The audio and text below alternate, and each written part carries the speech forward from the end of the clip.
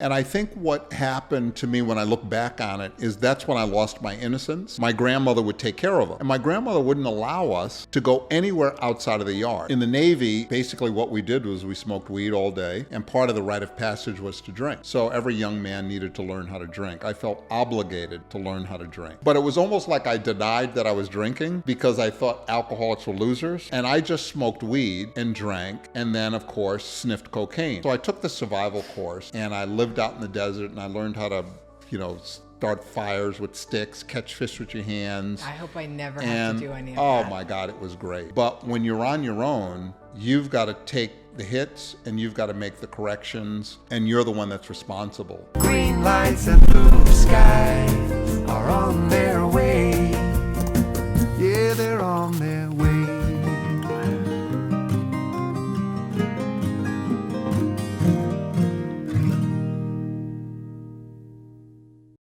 Hi, welcome to CROSSTALK, the #1 recovery podcast in the whole universe. We are here today with Michael Herbert, who is an amazing therapist and coach. And I also found out that he is 35 years sober, celebrated today, and got his, got celebrated today. And I'm excited to hear all about his story. Welcome. Thank you. But I will make one correction. Okay. That I'm 35 years clean. Okay. And just Can you for tell that, me what that means to you, the difference between sober and clean? Well, it's the language of the fellowship that I'm a part of. I see. Uses clean. Okay, got it. I always think that word sober and sobriety come out of the 1920s. Right. It sounds like old people's talk. Yeah, I like clean. And when I first got into recovery, I was young. Yeah. So I was 29 years old. Wow. And I'm an old person now. But when I first came around, I was young. And that just didn't appeal to me. Right. And I think the people in the rehabs, kind of slanted their, alignment with one type fellowship. And not the other. And, probably culture and age landed me in the other. And that's where I've always felt comfortable, and that's where I've stayed. I love that. Yeah. And so I see that experience as well. When I went through rehab, they did slant me towards one than the other. But I did try both, so there's a lot now, too. There's so many different types of programs and fellowships that you can be a part of, and that's what's amazing about this. Yeah, and so my judgmental side or my critical side is there's so many, it all gets watered down. But what I use works for me. What you use might work for you, and does work for you, and may not work for me. So although I may have strong opinions about something, it's because I'm doing it, but I'm not you and I'm not other people. And what works for other people may not work for me, but it seems to work for them, so they can just continue to do it. And that's part of my my process of recovery, is understanding that there are several right answers. And my right answer isn't the beginning and end of everything. That people do things differently than me, and it works for them. When I hear it, I may like, ooh. But you know what? Let go. Let go and let God. Easy does it. And let them do their thing. Yeah. So now tell me, where did you grow up? What was your life like when you were younger? Okay, I was born in Connecticut. I was born in New Haven, Connecticut. I have one older brother who's 18 months older, and I have a brother who's 18 months younger. Oh, wow. So we're, around the same age. My mother and father were divorced when my mother was about 21. And so they only stayed married for a short period of time. And I don't even recall my father being in the house. Wow. So, yeah, my memory doesn't go back that far to being 2 or 3 years old to remember that my father was in the house. So I didn't really meet my father officially until I was 12, because he lived in California and he had gotten remarried and that whole thing. I talked to him a few times on the phone, but him and my mother weren't friends. I'd never heard them argue or anything like that, but they got divorced and they separated, and that was that. So I was born in New Haven, Connecticut, and I come from religious family of Episcopalians. Okay. So I went to the Episcopal Church, and it's the oldest Black Episcopal church in the United States. Oh, wow. So there was a more Caribbean people than Black Americans there, but it was a different kind of church versus what everyone else in the neighborhood went to, because everybody else in the neighborhood, my neighborhood, Black neighborhood, was Baptist or Pentecostal, and we were Episcopalian. We went to the white church, as what the other kids would say. Right. And so, with that, there was a sense of difference. I went to the Episcopal church, but then I also went to Episcopal school. So we were able to go into the school called St. Thomas Day School. So from first grade to about the sixth grade, I went to private school. And again, I lived in one neighborhood, but I went to a school somewhere else. Everyone else went to the inner city schools. Mm-hmm. So I imagine there were 20, 25 kids to a class, and my class was 8. Wow. So there were maybe 8 kids in a class, so it was a smaller school. And again, it was different. My friends were from either friends that I knew from church or friends that I knew from school. I didn't have any neighborhood friends because we lived in a 2-family house. My grandmother lived on the top floor, and we lived on the bottom floor. So my mother was a nurse. When she was nursing, mm-hmm. my grandmother would take care of us. And my grandmother wouldn't allow us to go anywhere outside of the yard. So we couldn't. Was there a reason for that? She was controlling okay. the environment, right. and controlling her grandchildren, like and she was going to make sure she had an eye on us. So we never really went out of her yard when we were kids. Wow. But, my grandmother was strict. She was rigid in how she did things, pretty black and white. For example, she didn't believe in showers. She said you couldn't get clean in a shower. Your body has to soak. Okay. So she believed in baths. Okay. She didn't believe in mopping a floor to clean it. The only way you could clean a floor is with Dutch cleanser, is what she called it, and a scrub brush. Okay. And you had to get on your hands and knees and scrub the floor, and then you could wipe it with a rag afterwards. But mops didn't clean the way she did. I agree with that. And so she had these rules that we had to follow, and they were really hard. In my opinion, there was never anything easy with her.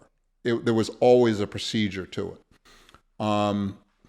My grandfather worked for the post office, so he was gone all the time. And my grandmother, she cooked and cleaned for people. So that's what she did. As a kid, I was, it's kind of embarrassing to say, but I was labeled as a slow learner. Okay. And what I realize now, I wasn't a slow learner. I had ADHD or ADD.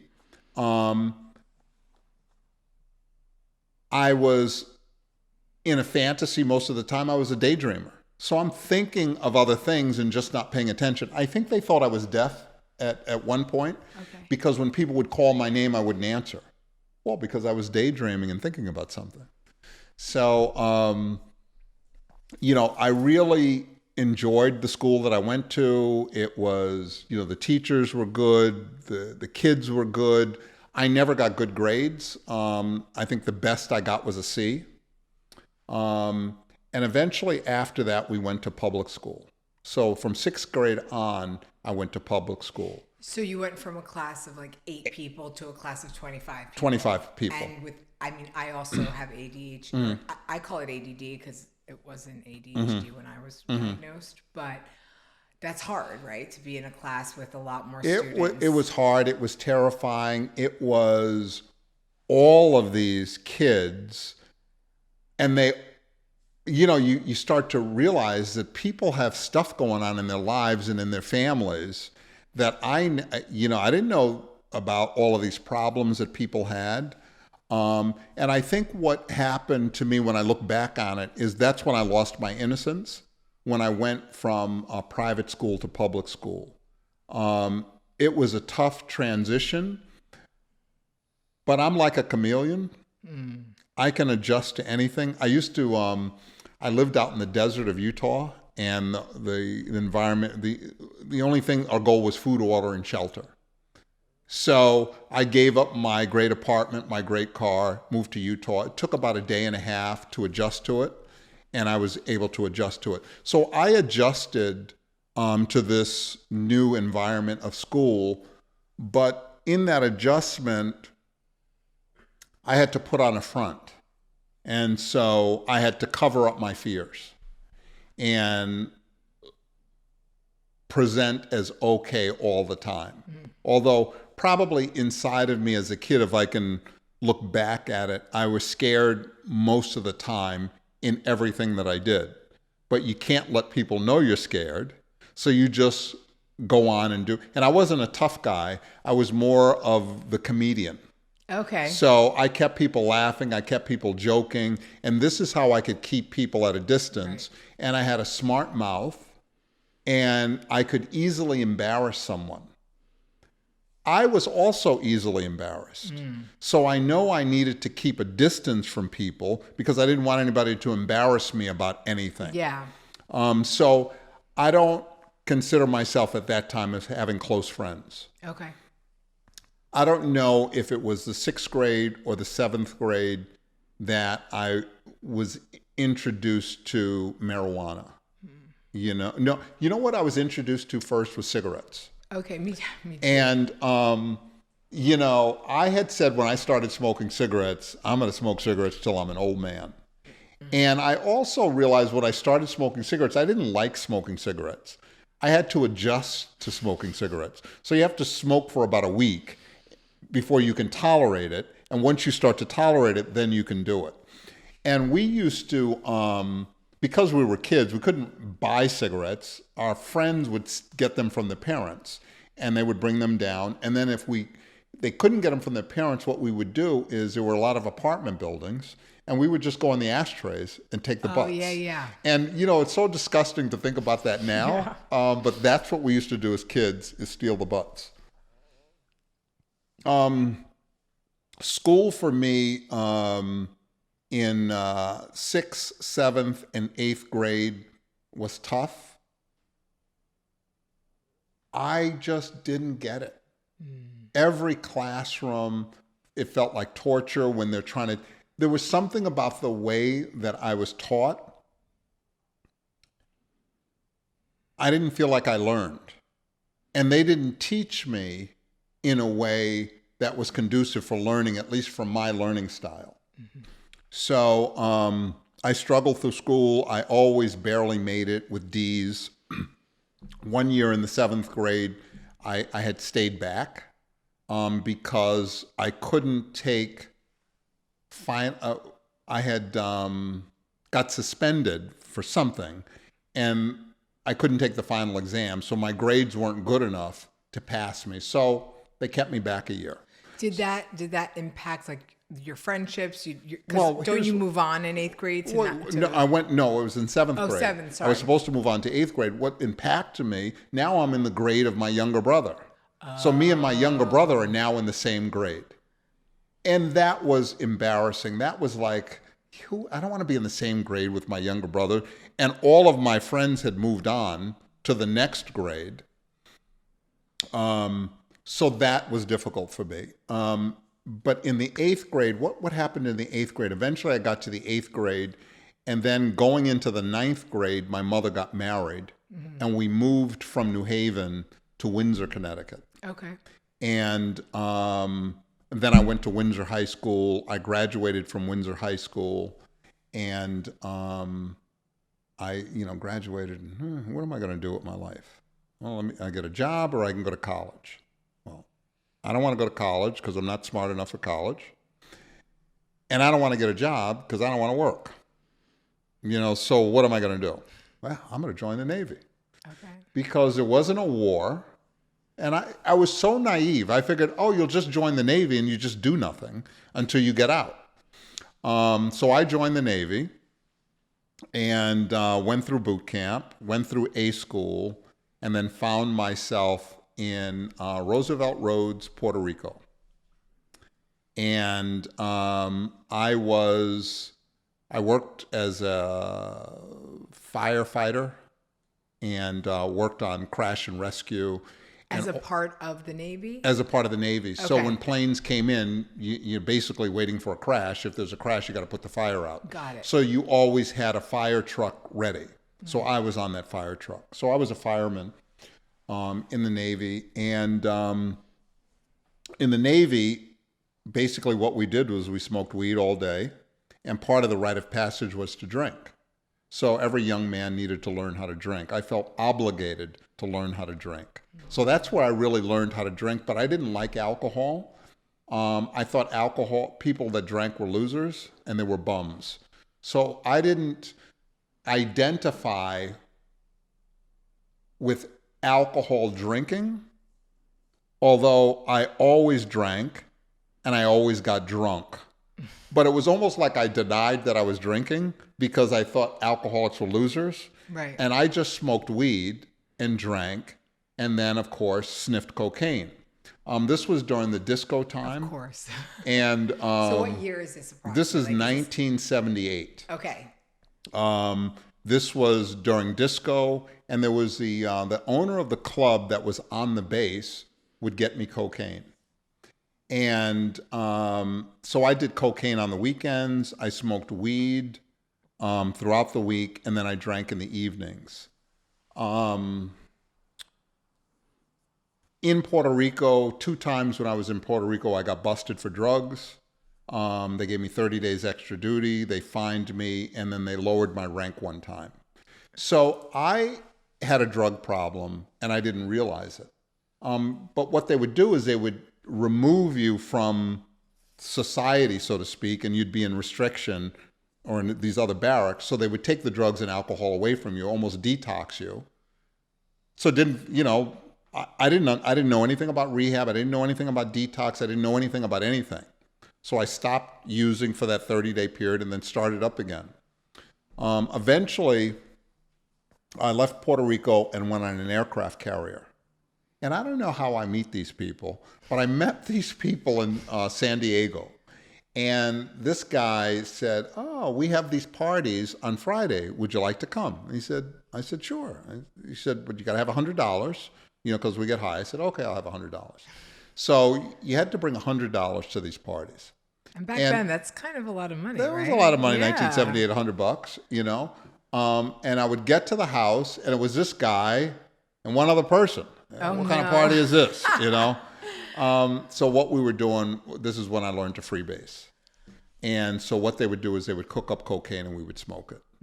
And I got to tell you, I loved it. Oh, that stuff was so good. Is that crack? We weren't at crack yet. No.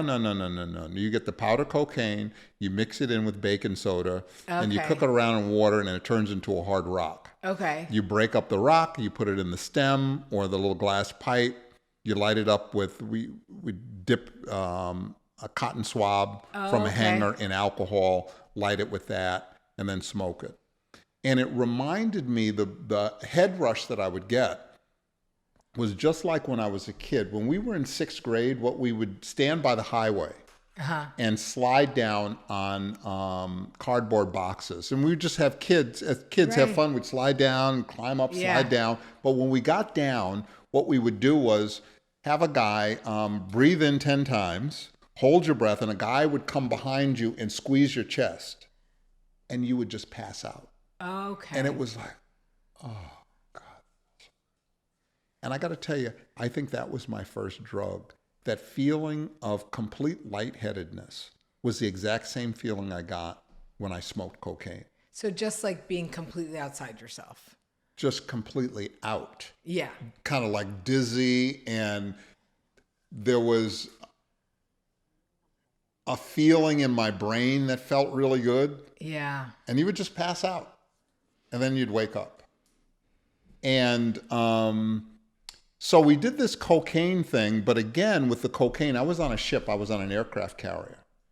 So we'd go out to sea again for 20 days. It's one of those huge things that the plane lands 5,000 people on the ship. Right, they're huge. And we would go out, longest time was 83 days. So anytime I would, be, on shore, we would I never felt addicted to anything because we would always go out to sea. It would come out of my system and we would come back. But every time we came back, I would get more. Mm-hmm. And you didn't bring it on the aircraft carrier? I didn't bring it on the aircraft. The only thing I brought on the aircraft carrier was marijuana. Okay. So we smoked weed on the ship, and we would have these, they call these government skillcraft pen, these black pens with that silver thing in the middle. And that would be our pipe. Right. And you'd put the spring in there, you put the weed in there, and you would take a hit. We would call them one-hitters. And then you would have a red T-shirt as what we call a blow rag. And then you blow it into the rag so the room isn't filled with smoke. Okay. And that's how we got high on the ship and didn't get caught. Usually didn't get caught. Right. I got busted, of course, on the ship and Well, got 30 days It's extra duty, and they fined me and that kind of stuff. Crafty, though. Excuse me? The pen, very crafty. Yeah, that was, and the pen said Skillcraft on it, so it was a crafty pen. Yeah. So, we did that. And I was in the Navy for 5 years. So I did my job. I was good at my job, but I always got high. I also noticed that people were getting knocked off here and there. I mean, getting busted, getting kicked out of the Navy, and they'd go to Leavenworth. I said, oh, shit, I can't have that happen to me. What is Leavenworth? Federal penitentiary. Oh, okay. For drugs. Not like they were murderers or anything. Right. You got busted with drugs. And so when it came for me to be discharged, they asked if I wanted to re-enlist. I said no, because I knew if I re-enlisted and stayed in there, my number would be up. I'd get busted. Right. So I got out of the Navy. I moved back to Connecticut. I got a job. I used to make wiffle bats? Yes. I was the worst. It's custom plastic molders, and we would make wiffle bats. Okay. But I could never get my bat straight. They would always come up wobbly, and they'd make me do it over again. But that was my first job out of the Navy. I also got a job with American Airlines selling AT&T long-distance service. Okay. So I did that, and I did telemarketing, and I did the wiffle bats. And then eventually, I took the test to get a job with the post office. Because I was in the military, they gave me 10 extra points, and I got a job at the post office in Bridgeport, Connecticut. Okay. My first day on the job, I was supposed to work from 11 to 7. I was smoking cocaine with this group of people. Okay. I got a good job at the post office, and I was an hour late for my first day because I couldn't put that pipe down. I had to hit that pipe one more time, and eventually I went and got went to the job. So I had the job. I moved to Bridgeport, Connecticut. I had switched from freebase cocaine to crack, so I would buy $100 worth of crack. They'd sell it in little vials. Yeah, at this place. is like the 80s. Yeah, where crack in the was 80s. Huge. Yeah, this was 1983, 1984. There was a place called Father Panic Village, which was one of the worst projects in Bridgeport, Connecticut. You would go there, cop. You're always putting your life in danger because somebody always wanted to steal your crack, or steal your money because there were so many crackheads out there. And I had become a crackhead. I had moved from being what I would call a classy guy that was freebasing to just a common crackhead. Right. And I was so into crack and cocaine that I would never spend any of my extra money on weed or alcohol because I had to have money for cocaine. Right. So the only thing that I would spend any extra money on was for cigarettes. So it would be cigarettes and cocaine, and that's how I lived. Food was out of the equation. Food was out of the equation. I was always going to have a great meal when I was broke. But as soon as I got a dime in my pocket, $50 here or there, fuck that. Yeah. I'm going to get me some crack. Right. And then I wouldn't eat. I had gone down to weighing 158 pounds. Wow. So I was really thin. I didn't eat also for the last 2 years of my addiction. once a week. Yeah, I didn't have a desire to eat, especially when I could have used drugs. So I had gotten the job at the post office, and I worked there. I started seeing the EAP, Employees Assistance person. I let him know that I had a drug problem. Could he help me? He said, absolutely. We can get you in rehab. We'll get you to this rehab. There's a $500 deductible, and you go off to rehab, you get you some help. I said, listen. So you went and asked for help. I went and asked for help. Did everything get really bad for you? What Okay. kind of... Did everything get bad for me? I had a great apartment. Yeah. Okay. When it got bad for me was in my apartment, I had a pillow, and in the refrigerator, I had a jar of jalapeno peppers. I owned a pillow and a jar of jalapeno peppers. I didn't have a TV. I didn't have a couch. I didn't have a blanket. I didn't have shit. That's like me on my aero bed with the hole. I was in an empty Eventually, apartment. I had nothing. Yeah. So I went, they offered me the rehab. They said it's a $500 deductible. We'll get you in a rehab, blah, blah, blah, blah, blah. I said, $500? I'm not giving you $500 for rehab. Can't you find something for free? It was like, I'm not going to pay for rehab. Right. Get me something for free. He said, okay, we'll get you in the VA. So because I was a veteran, I got to the VA hospital for the rehab. It was a 90-day program. Which is good, right? Very good. And the VA was so respectful of the veterans that they had a policy that we trust our veterans. That's great. They trust their veterans. They trust me. So with that policy, they don't take urines. And with that policy, I got high for 90 days in the VA hospital. And anytime they asked me, Michael, did you get high? Are you using something? I said no. And guess what? They had to believe me because their policy was we trust our veterans. What were you getting high on in the VA? What did you have access to? Crack. Because they would give you weekend passes. Oh, okay. So every weekend I would leave, and I was getting a check from the post office. They were paying me. So I always had money, and I always had enough money to really have a great weekend, So I went through their 90-day program. When I got out of the program, I got a part-time job at a restaurant on downtown New Haven called Scusi. It was this Italian restaurant right across the street from Yale. It was a great restaurant. And I did that for a while. And then again, I went back to the post office, started working again. The drug problem got really bad again. Yeah. Then I found a solution. So I went down to the head of the post office and I said, listen, I got a drug problem and I need to fix it. So I had a bright idea about how to fix it. Quit the job. Okay. So I quit the job because I said, you know what, Michael, you make too much money. If you didn't make this much money, you wouldn't have a drug problem. Okay. So I quit the job and then I realized, oh shit, I still got a drug problem. How am I going to get my drugs? So I got a job at the Hartford Civic Center, and I was a janitor at the Hartford Civic Center. Okay. The good news about the Hartford Civic Center, it was owned by Aetna. Insurance company. So our insurance kicked in on day one. That's great. So I had insurance, and by then I was living in a room at the YMCA. Okay.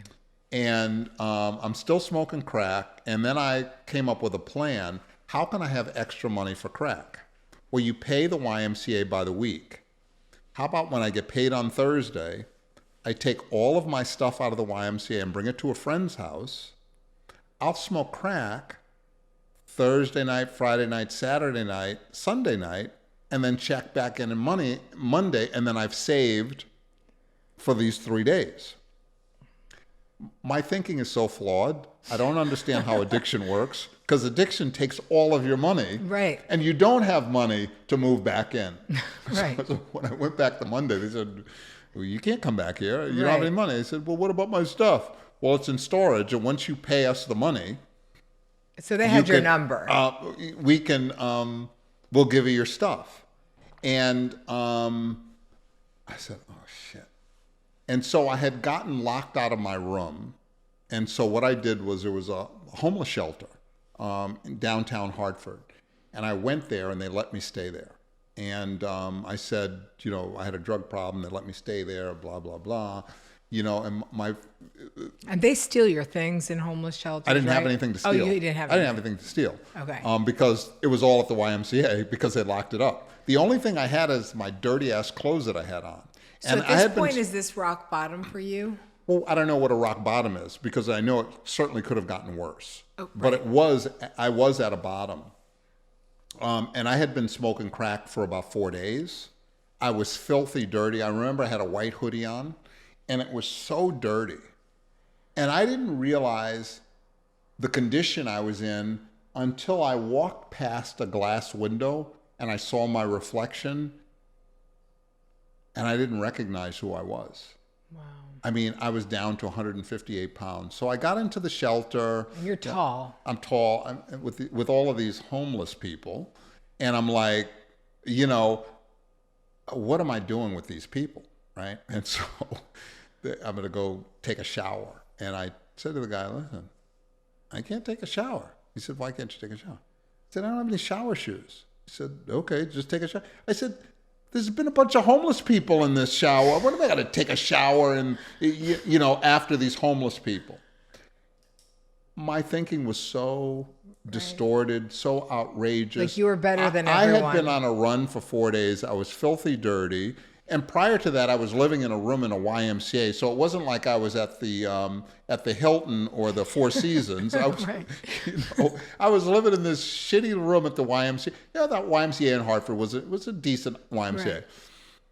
So what I asked the YMCA to do, I went from the shelter back to the YMCA, and I said, can I please just go into my suitcase, and I have a piece of paper that proves that I have insurance because I have a drug problem. So they let me get the insurance paper, and I got the insurance paper. I called a place upstate New York called Conifer Park, and they accepted me into rehab. I asked my mother if I could stay with her. She said, you can stay at my house for one night, and if the rehab doesn't pick you up in the morning, you're gone. So my mother let me stay that one night at her house. They picked me up in the rehab, took me to Conifer Park. That's amazing that your mother, though, had that type of boundary. Typically, parents are like, of course, come stay, you know. Well, I'm not from that kind of family. Right. My grandmother had rules, and you had to follow the rules. If you didn't follow the rules, you're gone. Nobody's going to take you in. Nobody's going to do anything for you. You've got to do for yourself. So I knew that. My mother had told us as kids, at 18, you guys are gone. That you're not staying in the house. Yeah. You find your own way that way. My mother, she had 3 kids. Right. She went to school. She became a nurse. She, raised her, I'm going to complain. I need you figure it out. Right. My grandparents all came from where they came from and became successful in their own right. And so nobody's going to enable me. Right. So enabling wasn't a part of my family dynamic. Family dynamic. So I went to this place, Conifer Park, and I loved it.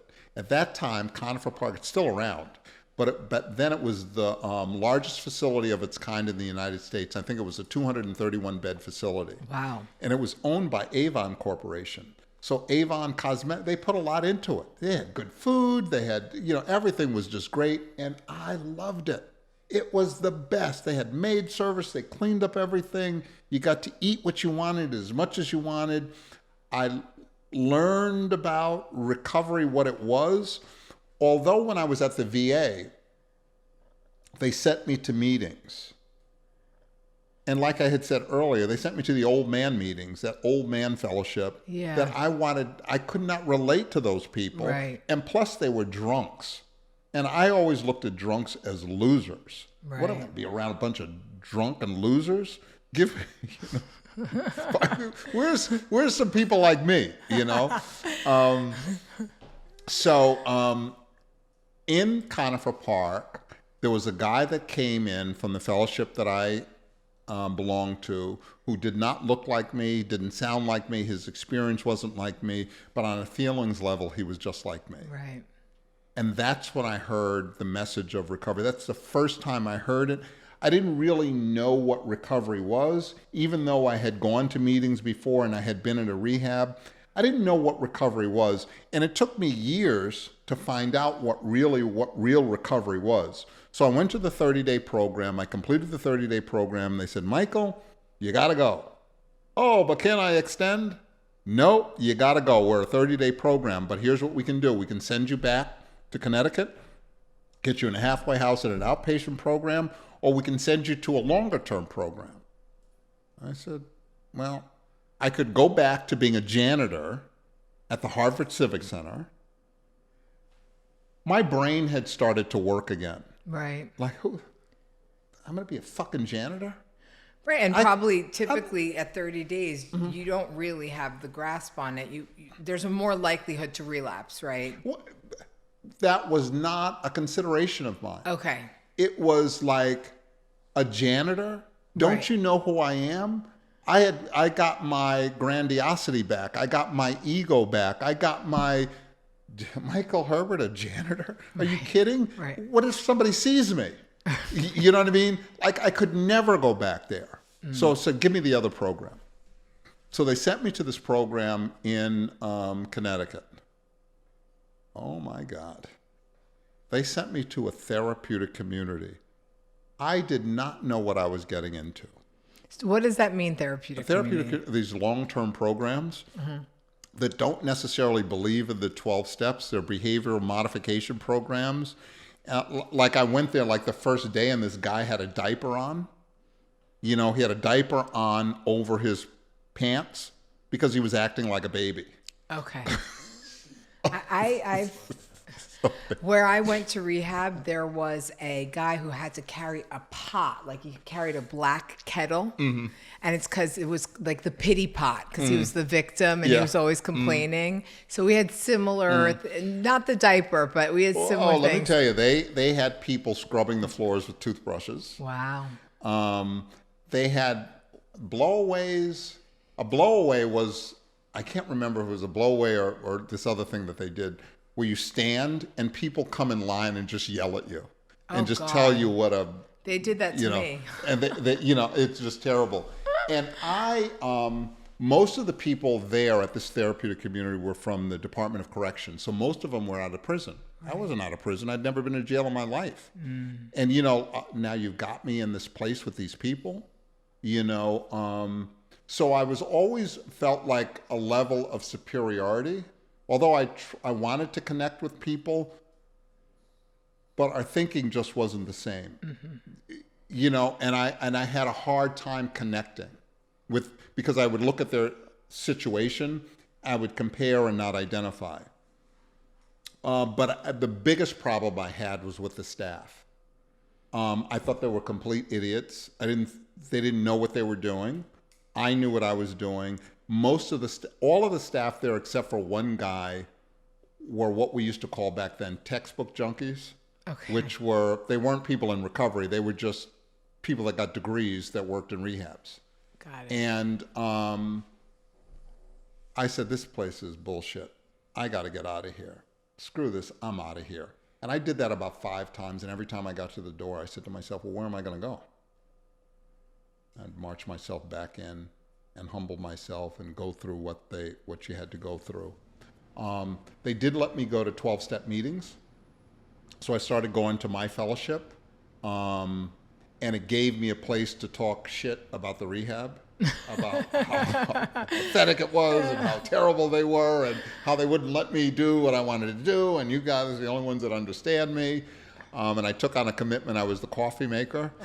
And, I wanted to make the best coffee that these people had ever had. So in my mind, the best coffee was Folgers. Okay. So I would always go to the store and get Folgers, and everybody else that was a coffee maker would get regular milk, and I would always bring back half and half. Okay. So I would always spend a little extra of the group's money to get half and half in Folgers coffee.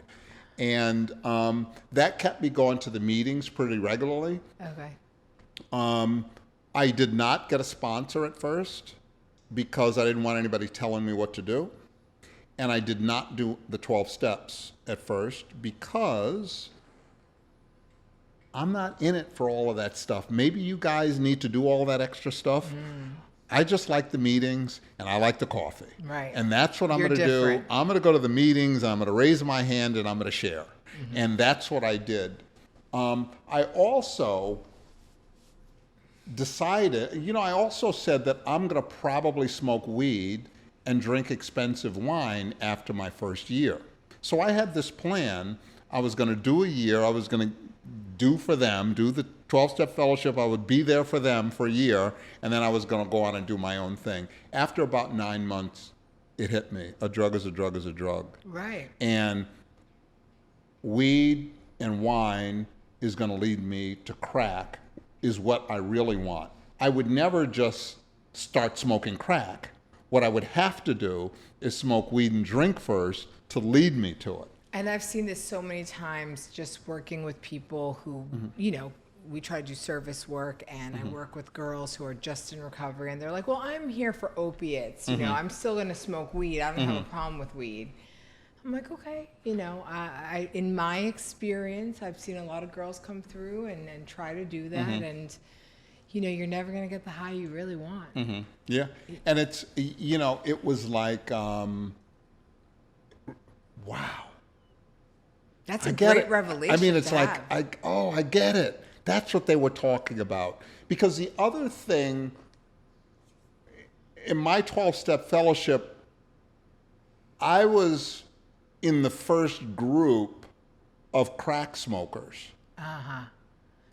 The people who had been there longer were heroin addicts. Got it. And, times have changed. Times have changed. It's gone back and forth, since I've been clean. But so I found this 12-step fellowship that I liked. I liked these people. I realized that a drug is a drug is a drug. And then I made a commitment to the program. I still did not get a sponsor. I still did not work steps, but I went to the dances. I did all of the corny stuff that those people in recovery were doing. And I did that for a while. Eventually I stayed in that program for 7 months, and then they graduated me. They actually graduated me early. I didn't know you can graduate from these programs. Oh, you graduate? Oh, the other program. The other program. No. There was a graduation from the rehab. Oh, the rehab. The rehab graduated. Yeah. Okay. Yeah. And the old school TCs were for 18 months. And you know what you got at graduation in the old school TCs in New York and California? They gave you drinking privileges. So they had all these drug addicts that were in these TCs, therapeutic communities. After 18 months, they would get drinking privileges, meaning they were allowed to drink because they didn't believe alcohol and drugs were the same. Right. So all of these addicts became alcoholic, or they moved back to their drug of choice. Right. So that was one of the flaws in the therapeutic community. But I think the ideas of them were really great. Long-term treatment, because we know it now, a 30-day program doesn't work. Right. People need more than 30 days to get better. So I'm in this program. They graduate me. I get my first job, my first apartment, downtown Waterbury, Connecticut. I know Waterbury. $400 a month. I went to camp there. Oh, really? Yeah. Okay. And I got a job, telemarketing. And what I sold, they used to have these commercials for Omexin. Okay. And what Omexin is pig fat that men would rub into their scalp to grow hair. We also sold Anushka. And they have an Anushka place here in West Palm Beach where women rub this stuff on their cellulite. Okay. And it loses their cellulite. Oh, sure. We also sold the V-Slicer, slices and dices vegetables, and the Great Walk of China. Okay. So this was my job. and I was great at it. I was a great talker. People loved me on the phone, and I always got the highest sales. So this was my job, and I went to meetings, and life was great. Kept it simple. I kept it simple. It was about almost at the 2-year point, I got a letter from the 30-day rehab that I went to. We just want to offer our alumni that we have an internship program. And anybody who's interested in becoming an addiction counselor can apply for the internship program. Oh, cool. So I applied for the internship program. And they said you had to have 2 years in order to join the program. I had gotten my 2 years, just got 2 years. I was able to do the internship program. And it was a 13-month internship program upstate New York. And so it was 9 hours a day. Wow. 5 days a week. So it was 2 hours classroom, 7 hours on the unit. And you had to provide your own housing, food, transportation, this, that, and the other. So I decided to write letters. So I wrote letters to different places all over Connecticut. Can you help me to afford to do this? This is amazing. So I was able to get money donated to me to help me pay my rent. This is like the first GoFundMe. Yeah, to pay my rent. I wound up in the newspaper as this recovering person that was going to go do this thing. And I did the internship, and it was a 13-month internship. And what happened was, somewhere along the line, they ran out of money. They said, we're not going to be able to do the 13 months. But what we are going to do is we're going to jam everything into 9 months. Okay. And so they jammed everything into 9 months. I was able to get a part-time job on the adolescent unit, so I was able to work about 2 hours a day. Wow. And then I worked on the weekend, so I was able to afford this whole thing. I completed the internship and moved back to New York City and got my first job. Where? At a therapeutic community. Oh, God. The place so that back. I hated. But I was the only 12-step person at this therapeutic community, meaning they hired me as a counselor. But most of the other counselors there were either, all the other counselors there were graduates from the program. So they had that program philosophy that they understood, where I was really the outsider. So, but did you come to kind of believe in this type of program at all? Or were you there to really help educate people on 12-step programs? I needed a job. Okay. And this is the first place that hired me. I like that. But I usually go into things pretty naive. Yeah. I don't know what it's going to be like. So I went in there, and there was a good portion of the clients that went there who really liked me because I was different. I wasn't one of those TC people. Mm-hmm. And, the staff didn't like me because I was different. I wasn't one of those TC people. I went to my 12-step meeting, and I talked to the clients about the disease concept, and then they could benefit from engaging in 12-step meetings when they got out of there, that just relying on each other in that little tribe wasn't enough. There's a bigger world out there. There's people with all kinds of other experiences. Mm-hmm. And there are other opportunities. By then, I had a sponsor. By then, I was working steps. By then, I started to understand what recovery. I didn't know what recovery really was in my first year. Right. I tell people the first year is not recovery, it's discovery. I agree with that. It's just like getting your... I had to learn, I hate to sound like an old person. My grandmother used to say, young people today. And I say that now, young people today. I know people in the program, right? They're sponsoring somebody at 4 months. What do you know at 4 months? This is my opinion. Maybe they know a lot. Right. But how I see it, and my experience in life, I didn't know that much at 4 months, at 6 months, at 9 months. Mm-hmm. And now I'm going to take somebody through something and give away my nonsense. I mean, when you talk about character defects and shortcomings, I didn't really Right. Understand that I had them until I had about 5 years, because I was always right. If you're doing the right thing and you're coming up with the right conclusion, it's the right way. Right. And nobody else had it right if you didn't agree with me. So was there a spiritual side of this program as well? Because I know a lot of programs have a spiritual component. It's the same. It's the same. It's the exact same thing as the other program. They just have their name begins with another letter. Right, I got it. Okay. So there's a spiritual component to it. I just want people to understand that they're similar. The same just a little 12. different. The same 12 steps. Yeah. But their 12 steps doesn't. You say clean rather than sober. They don't address one specific substance. Right. They address the disease of addiction, and addiction is much bigger. Right. Than a substance. Mm-hmm. So for me, it resonated. It affects what I eat. It affects what I drive. It affects what I buy. It's bigger than a substance. So my recovery is now asking me to focus on more than just drug use or not using drugs. I got to look at what I'm spending my money on. Right. And how fast I'm spending my money. What I'm eating, how much am I eating? All of those things that I needed to be concerned about with drugs, I now need to be concerned about in other areas of my life. And then also when you remove the drug, the food, the sex, all of that other stuff, what are you left with? A mess. And food and all that stuff and cars and good job and money covered up the mess. Right. When you move the stuff out of now you got to deal with that. Well, it's just the external stuff. It just doesn't matter. Mm-hmm.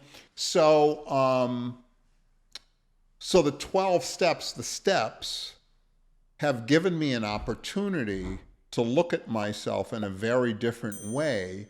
And guess what? I have to do it. Now, listen, I've paid for therapy. I've paid for retreats. And I've paid people to look at me and tell me what's wrong or what needs to change and this, that, and the other. And that's all good. But there's something about me doing it for me that's even better. Mm-hmm. So my recovery has been enhanced by me paying for services. But the foundation of my recovery is the work that I do. Right. And I need to maintain consistency with it. There are times that, I don't feel like going to that meeting, or I don't want to do this. And I get to be tired and stay in bed late and miss a few and this, that, and the other. But I always have to come back. I've traveled around the world. I stumbled into the first convention in Turkey.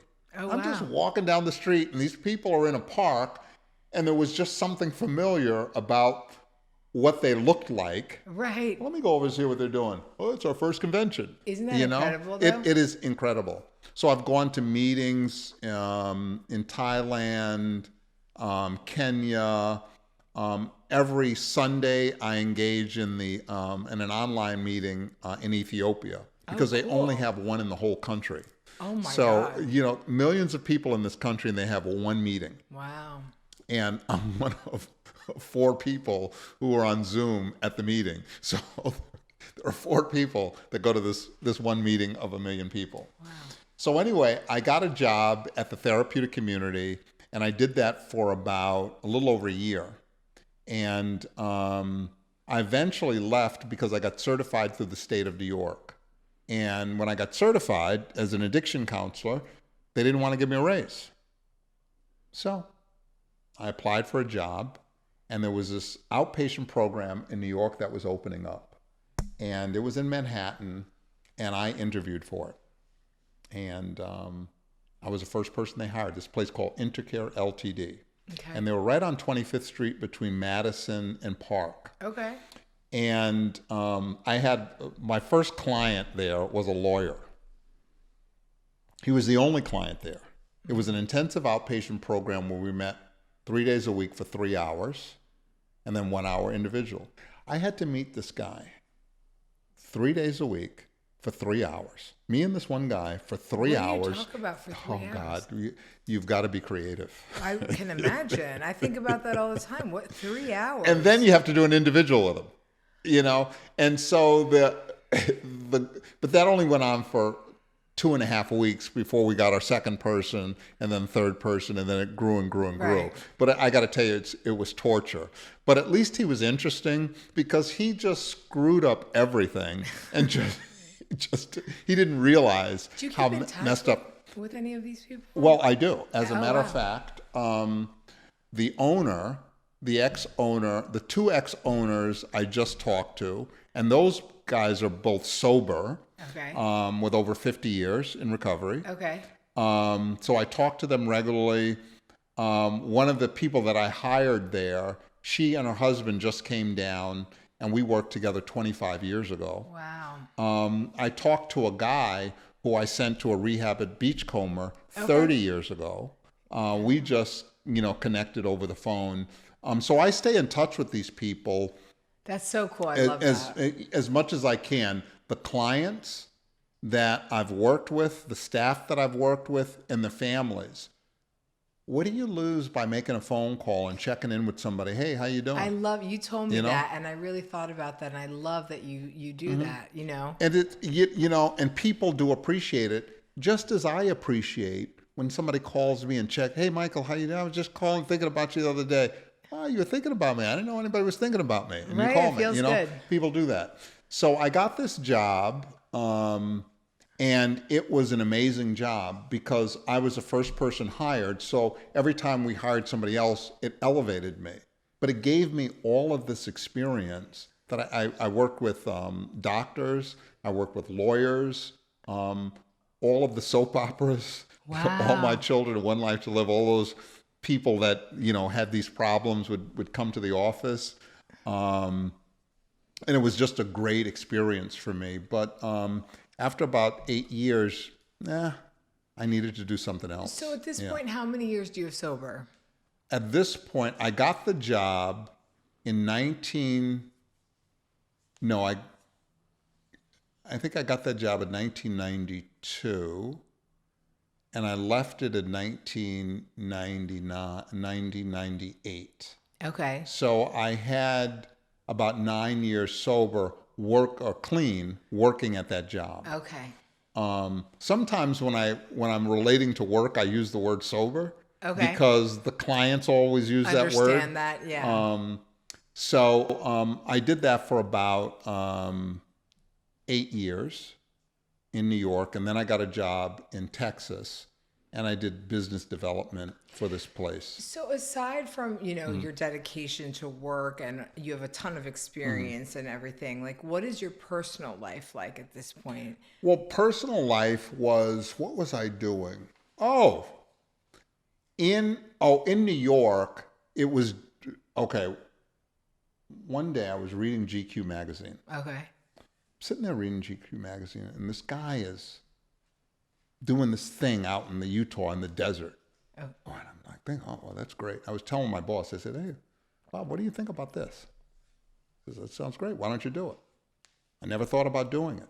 It was survival school and living in the desert. So I took the survival course, and I lived out in the desert, and I learned how to, start fires with sticks, catch fish with your hands. I hope I never have to do any of that. Oh my God, it was great. I also started traveling a lot personally. So back in 1992, I flew to Cuba. Okay. And I've been to Cuba about 4 times. And then I did a survival thing living in the mountains of Mexico with the Tarahumara Indians. Wow. And those are the barefoot runners. And I did a primitive living course there and learned how they lived.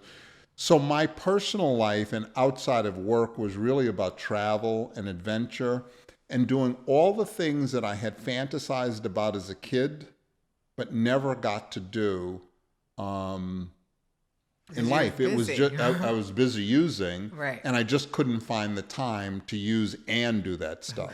Well, you didn't have the money. Well, I because- didn't have the money either. And you know what? I couldn't make it to an airplane or a bus Of course. to get it done because I would always start using and plans would change. Right, of course. So that's what it was for me. I make great friends in recovery, but one of the things that I realized is, which has been a thing for me throughout the whole, it's hard to find people who want to do the things that you want to do outside of the normal things that people do. Listen, Right. I can go out to dinner with anybody. I can even go to New York with anybody. I'll go to New York. Yeah. But when you want to do bigger things or different things, Like go to Ethiopia. you've got to. Even though I wanna go to you know, Ethiopia. you've got to go on your own or make. You got to go on your own because I don't want other people to slow me down. If I have the idea that I want to do something, Right. well, you don't want to do it. Does that mean I can't do it because you don't want to do it? No, Michael, you just may have to go alone. You may have to meet people along the way. I love And, that. you know, that's what I've done. Do you still do that now? Are you kidding? In July, I was in Ethiopia for a month. I hear there's a lot of Greeks in Ethiopia. Actually, is that true? Is there a community? Have you run into I that? didn't or notice no? any Greeks. I'm just checking. I've heard there was some Egypt. I got to going tell you, back. I was in there. I was feeding hyenas, wild hyenas. You'd put a stick in your mouth, and they would throw a piece of meat, and the hyena would come and grab it. That is scary. So it is scary, but they had made an agreement 100 years ago in this village that the people will feed the hyenas if the hyenas don't eat them. So the hyenas follow that agreement. The people continue to feed them, and the hyenas don't eat anybody. So no one has been eaten or killed by a hyena in this town of Harara. I also went to a live volcano. I climbed up a live volcano and watched the lava come the out. lava come out. A year Wow, later, you're fearless. I got to tell you, a year later, somebody got. You're fearless. They went right in the volcano. That is so Done. scary. They burned and dead. Of course. So luckily, it wasn't me. Yeah. So what does life look like today? What does life look like that's today? all Oh, traveling. I got know you have an amazing coaching and your Yeah, I do. therapist. Yeah, life is great today. One of the things that I had done when I was 51 is I ran 250 kilometers, 155 miles through the Sahara Desert. So it was a challenge that somebody said, "Hey, Michael, you want to do this?" I said, "Yeah, let's try it." I never thought I could do it. The day that I got to Egypt to do it, I didn't think I could do it. The first day we ran a marathon, I did it. The second day, I did it. The third day, I did it. So it was a marathon a day for 4 days and a double marathon on the fifth day. So it was 58 miles on the fifth day. So I was able to achieve that. I also was able to raise $100,000 for a scholarship fund. So that money went to a rehab, and they spent it the way that they spent it. Wow. I've heard that you also raise money for something you do in Kenya, I think, is it? No, I do something in Ethiopia. I started this 501c, African Hopeful Horizons. And what it was I had went to Ethiopia last year in July. And I visited this village in the Afar region. It's the hottest place on earth. Yeah. Literally the hottest place on earth. And we were waiting for some people to come, and they didn't come. So we're walking around the village. I met the guy, the chief or whatever of the village. He showed me around the village. He showed me the school. It was this tent school that got blown over by a dust storm. Wow. And, I said, "Oh, that's not so great." I said, "Next time I come to Ethiopia, I'll try to bring you some school supplies." So I left. This was July just passed. And in September, I'm looking through my photos. I said, "I got to get back to Ethiopia. I just want to go back there." Yeah. And I said, I've heard it's really beautiful. It is beautiful. Yeah. I said, "Oh, shit. But if I go back there, I told that guy I'm going to bring this stuff. Wow. I got to get some stuff for this guy." So I said, let me do a fundraiser. So I'm going to raise $1,800. So I put it out there, and within 3 hours, I raised $3,000. Wow. Within a week, I raised $13,000. And within a month, I raised $30,000.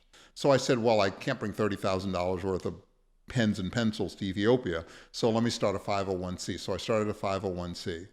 But, when I get an idea to do something, I got to do it. I love that. So I packed up, I bought 7 huge suitcases.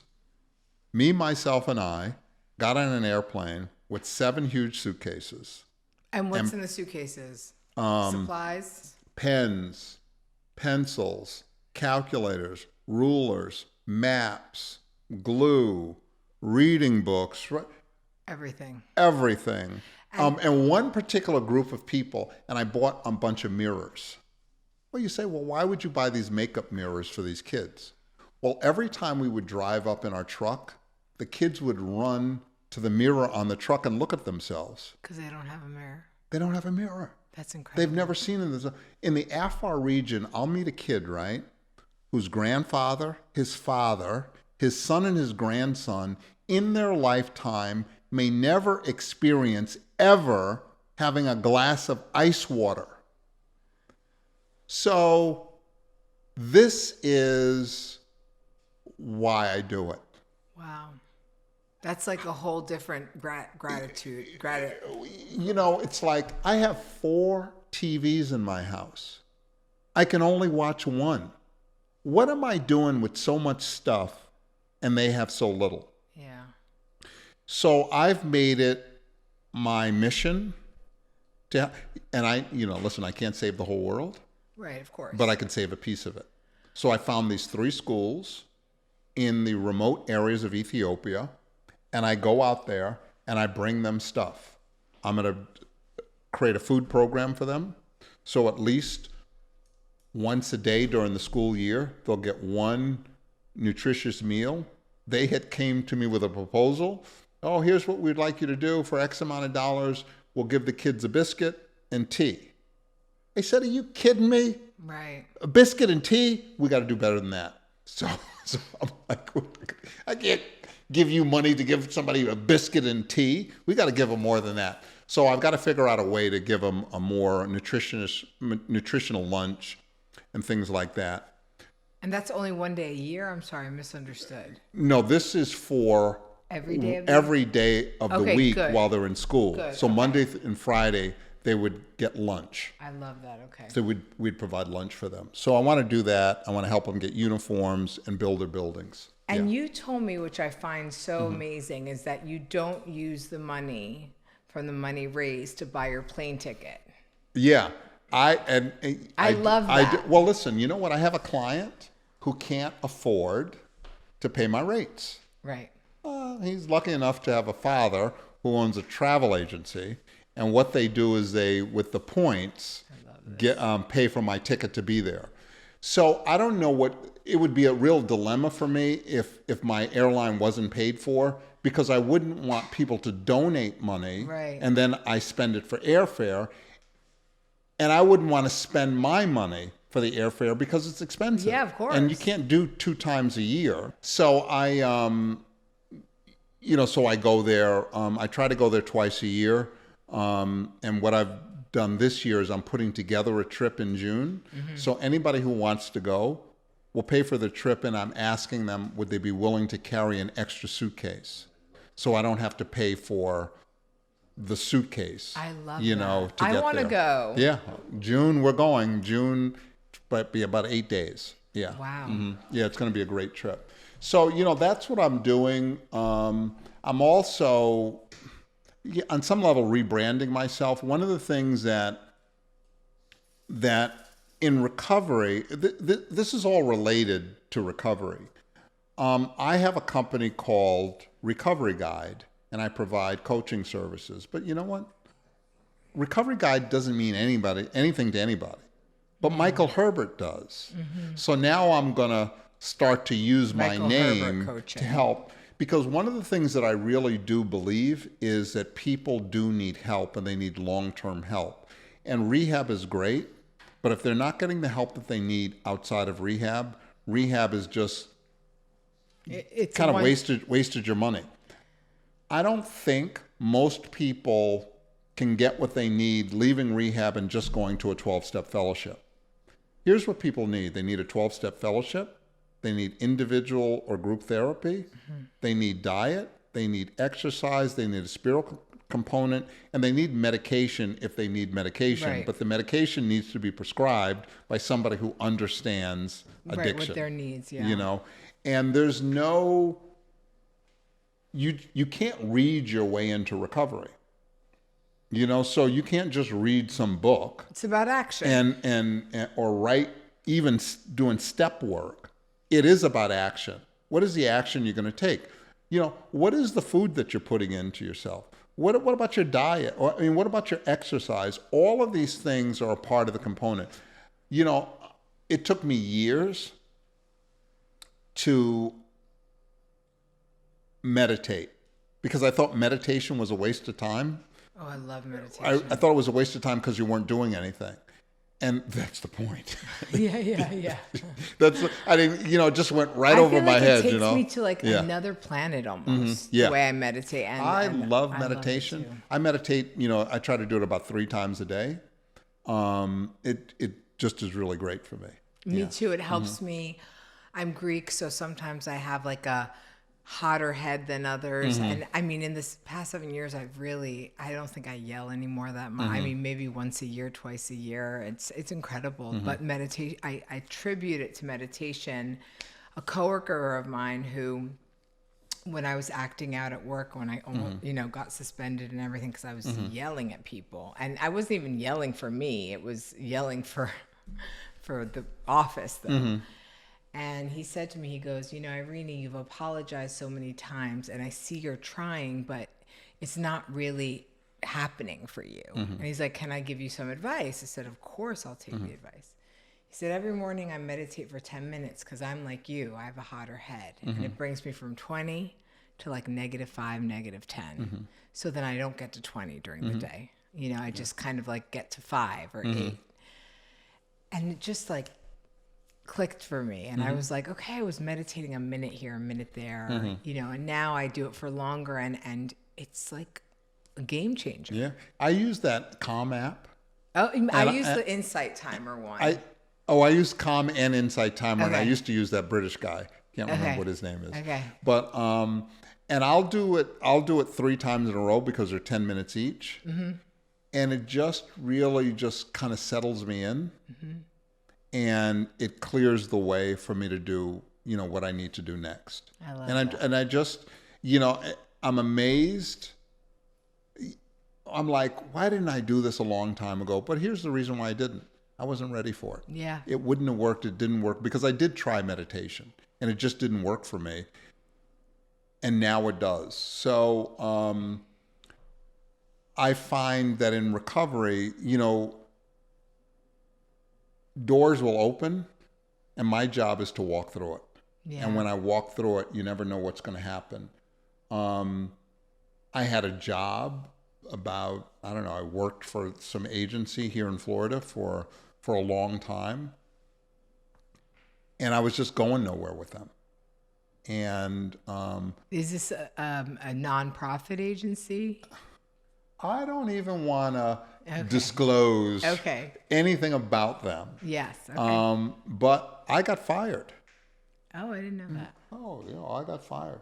But at least I got fired for no reason other than maybe a personality clash or a disagreement with the person who fired me.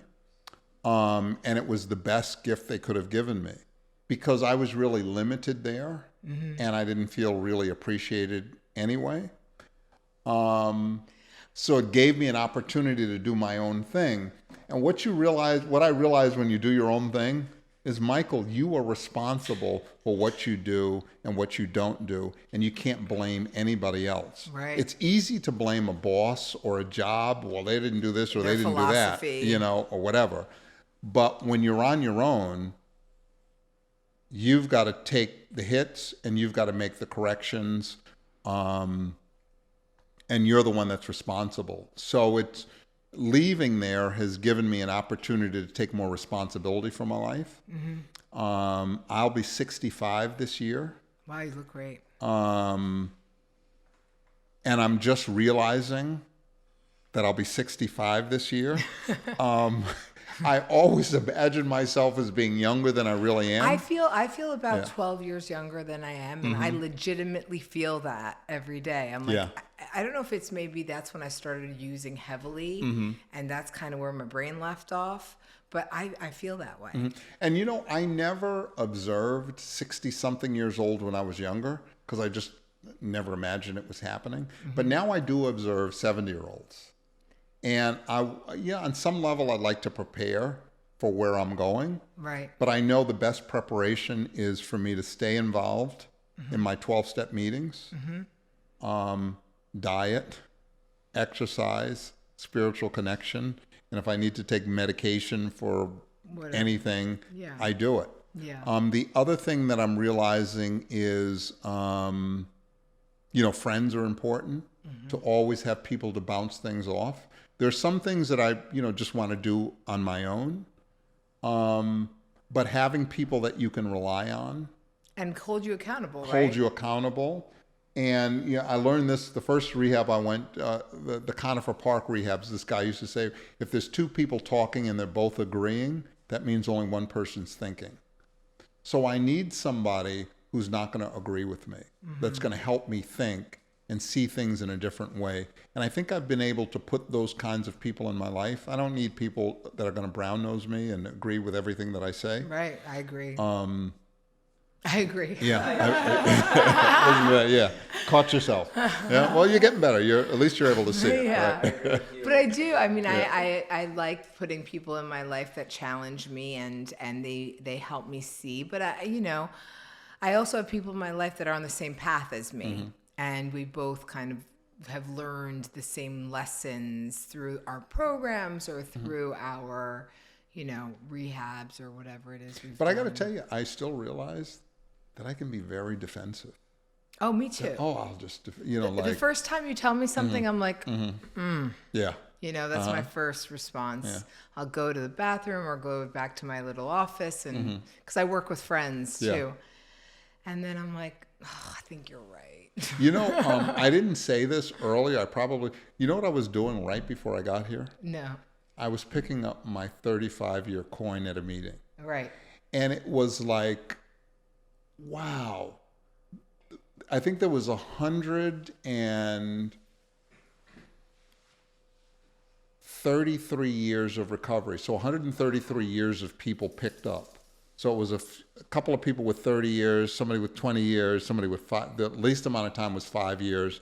And then the second least was 26. So whatever. That adds up. And it was, I'm listening to the people. So I spoke last.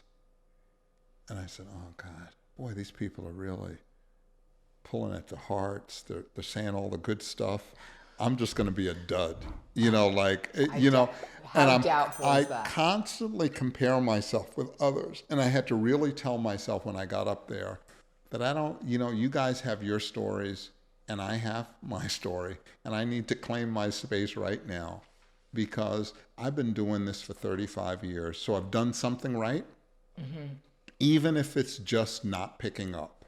Because by me not picking it up, it gives me a chance to get better in every other area in my life.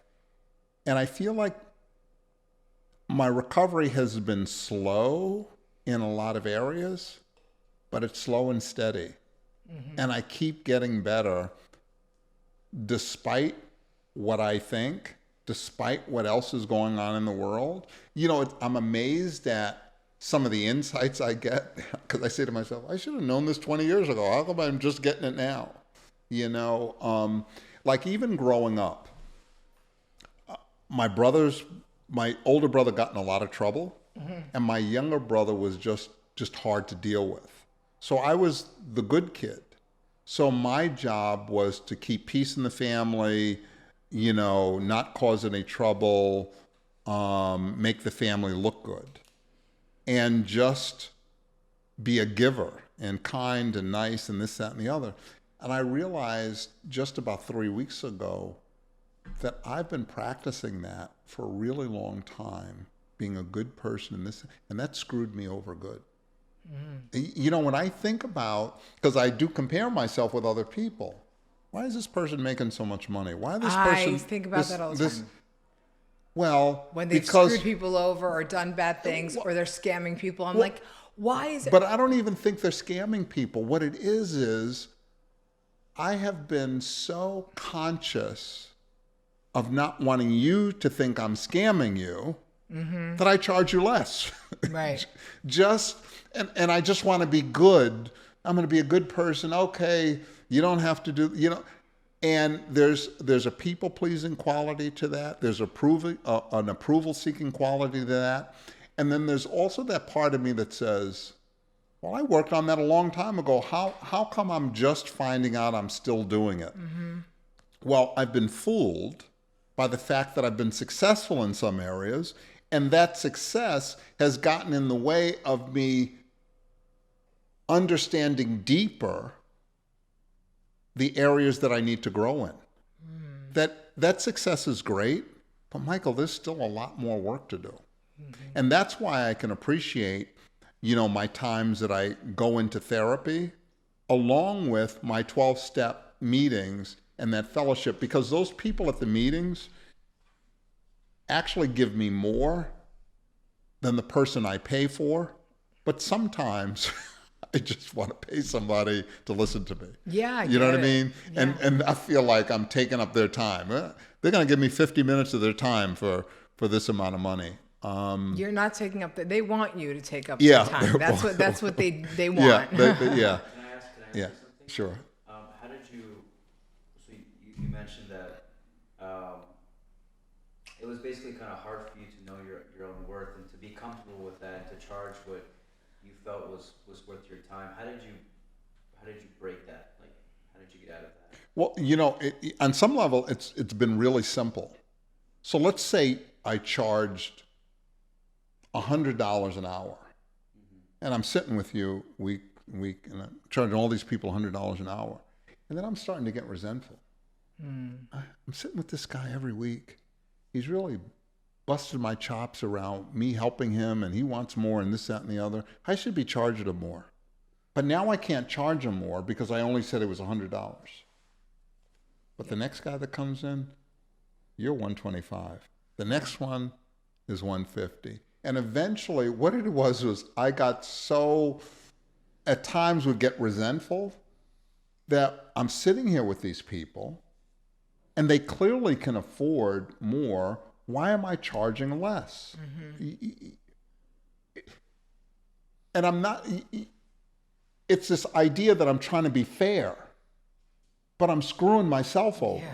Because they can pay more. They don't mind. I don't mind paying more for something that I want. But I got to be extra.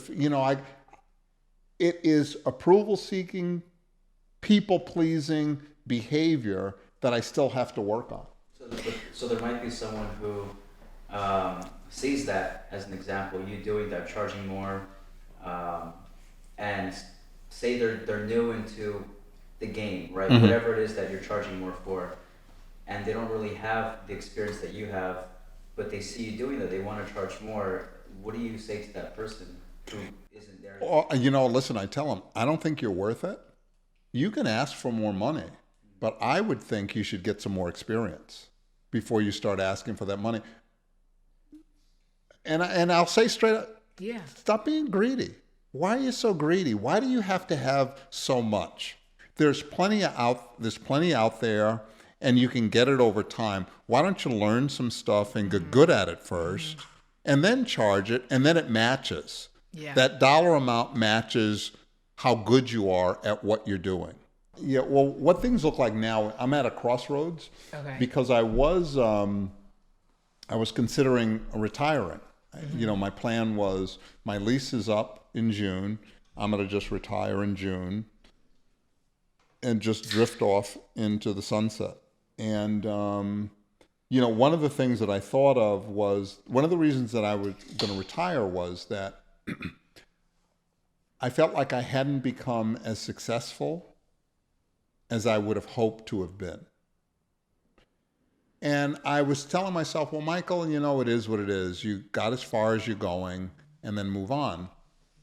And then I started to say that I felt a little resentful around the people in the field, that I didn't feel appreciated. And what that was about for me was, well, I didn't feel appreciated. So I've helped people get jobs. Mm-hmm. I've helped agencies get clients. You refer to different agencies, therapists, I gave them clients. Just 30 jobs to people, hundreds of clients, hundreds of thousands of dollars of referrals, and they don't refer anybody back to me. I got business through other people, but a lot of the people that I gave a lot of business to, they didn't give back to me. And so I said, let me just get out of here.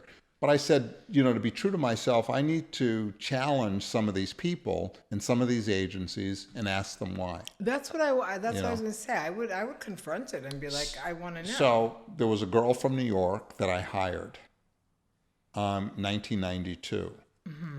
I also got her a job, another place in New York later on, and then gave her thousands and thousands of dollars worth of business. And I met with her.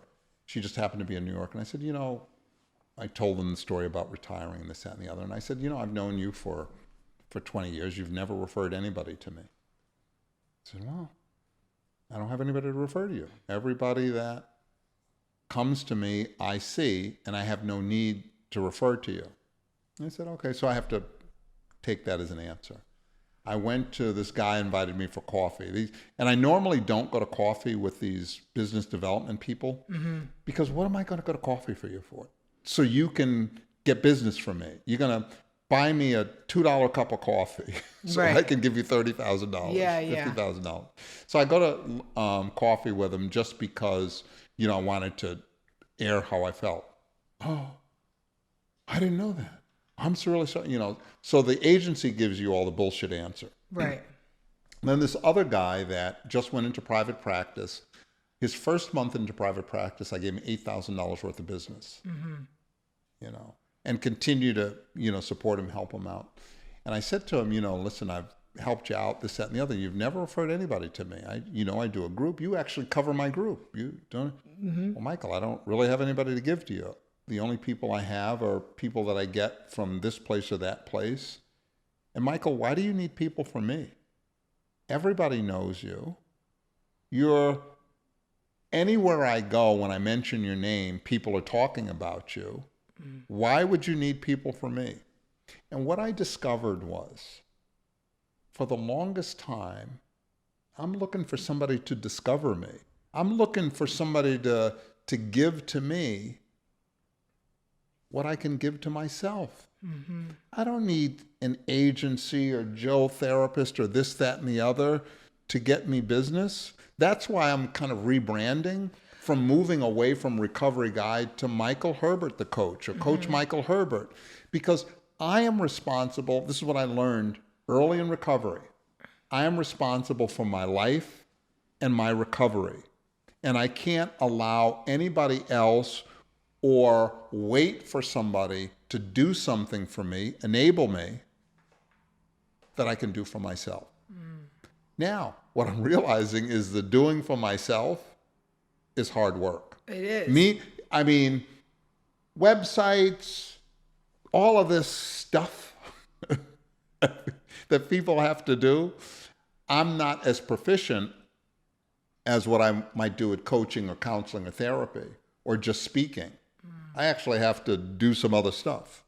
And so that's what I'm learning to do now. And I'm taking responsibility for myself. So I can't blame other people. I can't really what's the sense of being mad at somebody? If anybody I should be mad at is myself. But you know what it was? I wasn't even aware of it. I wasn't aware that that's what I was doing. Well, also when you said, why should I go to coffee with this business developer? But in my eyes, I look at that as also, just to challenge you a little, I look at that as also me showing up to remind you of me. Hey, don't forget about me. If I will say it, I'm bringing people to you, but please think of me if you ever have anyone, and then if you don't, maybe I'm not going to refer people to you anymore. There's a million other people I can refer people to, but I'm very similar in the sense that, I find it hard to market. I'm great. I'm in marketing. I'm great at marketing somebody else. I can tell you what you should do, how you should strategize it, build your website, do this. But then with me, I'm like all the Yeah. marbles are in my mouth, and it's hard. It's hard. And you know the other thing, there's so many things that I want to do in life. It's hard to focus on just one. You know, so I'm putting together this Africa trip in June. I'm creating a website for that. I'm creating a landing page for my recovery guide. There's all of these things that I want to do. I want to get into the gym. I want to do, you know, I know somebody in Texas that I'm supposed to visit. I met some people in Colombia that and my dog just had 5 puppies. Oh my God. So, what kind of dog? It's a Basenji. I have two Basenjis. Basenji is the oldest domesticated dog known to man. You've seen them on Egyptian hieroglyphics. It's that dog with the pointy ears standing up that's sitting there like that. It's the only dog that doesn't bark. So it's a barkless hound. They don't bark. They don't have an odor. And the female goes into heat once a year. Unfortunately, mine went into heat at the wrong place and got together with a miniature Burmese doodle. Oh God. And so now I have these 5 puppies at home. I got homes for 3 of them. What are you going to call them? Basenji doodles? Maybe Basenji doodles. Yeah. But they're the cutest things that you ever seen. And they might be the next new designer dog. Oh, well, listen, I know a lot about yeah, dogs and people who want them, yeah. so I can help you. So yeah, I've got homes for 3 of them. Okay, good. And they're 6 weeks old. And so I just need homes for the other 2. Okay. And I'm sure I'm going to, I'm sure that I'm have them. But I can't go to Colombia or Texas like I want to until I get homes for these dogs. Yeah. And then with your dog, what do you do? What do you mean, what do I do? When you go to Africa? Oh, when I have 2 dogs, and they go to this place called Fur Babies. Oh, good. And they got an acre of land, and they can play with these other dogs. And, I love that. Yeah. Mm-hmm. Yeah. So tell me, there's something. Oh, did I also tell you I started another hobby? In my backyard, I have 120,000 bees. I got beehives. Do the honey or? Yeah, I do the honey. Yeah. I buy honey from Yeah. a guy who has. What do you feed Which the guy? bees? Oh, I have his car. His name Ian? Yes. Oh, you buy him from Ian. He's my mentor. So Ian was telling me all about how big companies feed corn syrup to the honeys and he doesn't. And I bought his honey's delicious. Mm-hmm. Yeah. So what do you feed to your honeys? To your Only bees? in the month of December, I give them sugar water with this natural stuff Okay. mixed in there. It's only for that month because that's the cold month. But they can't forage, during that cold month. Oh. Yeah. Well, I've become really into bees because I used to hate them, and then I realized they run the world. So Yeah. One of my hives just swarmed, so I have 4 active hives now.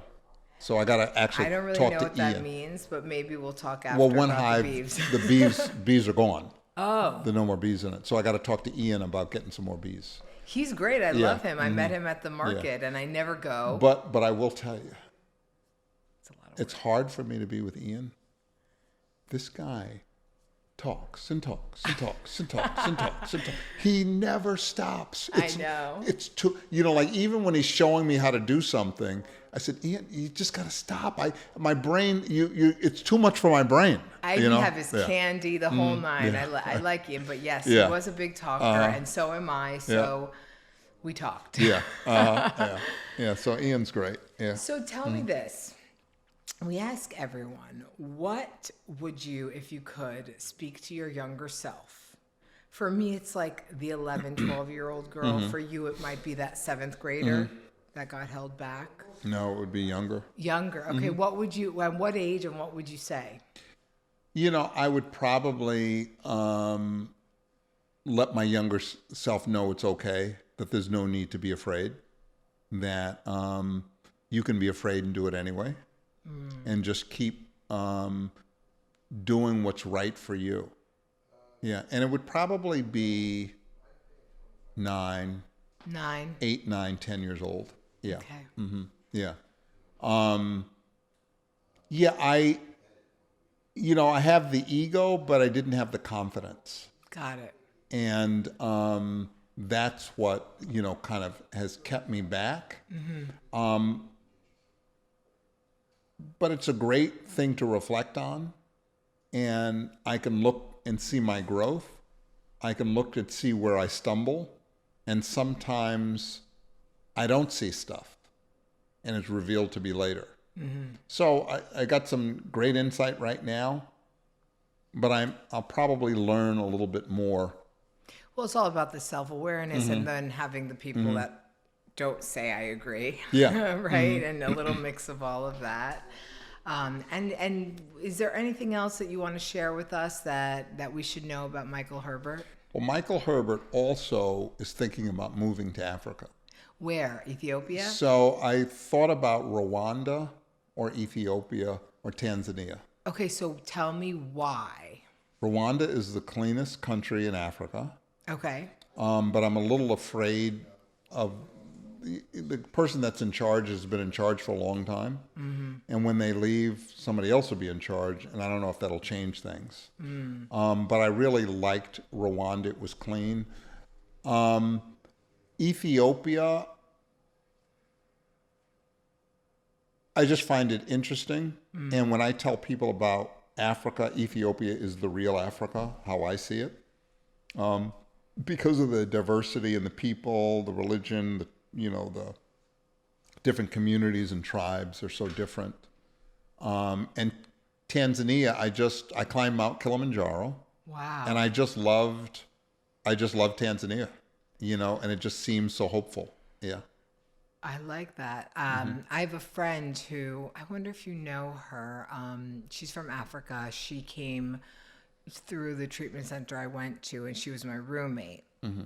And she had told me that she had witnessed when she was younger a lot of guerrilla warfare. When you're down there, is there ever, do you ever see anything like that? Is there any fear of that? Is there any... Well, one of the schools that I have helped in the Tigray region, they just had a war. They've been at war for 2 years. Wow. So these kids have been out of school for 2 years. So they have all experienced war. And it's, so sad. You see these kids and their clothes are just tattered and you can see that somebody has sewn them 3 and 4 times to just put them together. Wow. Some kids don't have shoes. I mean, they're dirty. They can't bathe like we would. They don't change their clothes like we would. There are some kids who have never owned a new shirt or pair of pants. Everything that they've ever had has been used. What a different way to look at things. You know, like it brings a lot of reality to the situation. And you know what? No one chooses where they're born. And it's just the luck of the draw that they happen to have been born there. Right.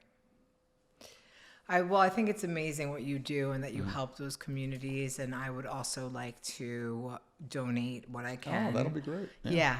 I would love that. Yeah. And I don't know if I can come in June, but maybe next year. Okay. I'm going to Greece in May, so I can't do too much. Well, I hear Greece, everybody is going to Greece.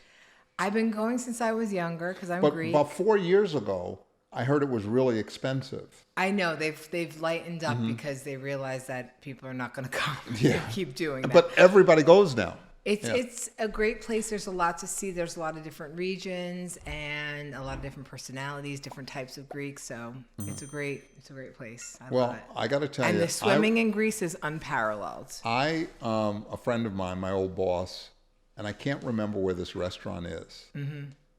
But you got to get the chops at this Greek restaurant. It was Is it in Fort Lauderdale? It's in Fort Lauderdale, It's called Greek Isles. Okay, that's what it was, Yeah. And I waited in line outside. You waited in line. And he's mean. Yeah. He's mean. Yeah. And apparently there's a place in Delray Beach that has good Kima. chops, too. Yeah. Really good. Yeah. Yeah. I've been to a couple, but nothing's like Greece, obviously. Yeah. But I thank you so much for coming. This has been excellent. Glad to be here. Yeah. And I'm just so happy. Thank you. And you do this every week? Well, actually, we do this when they're in town. So Corey does it from New York. I do it from Florida.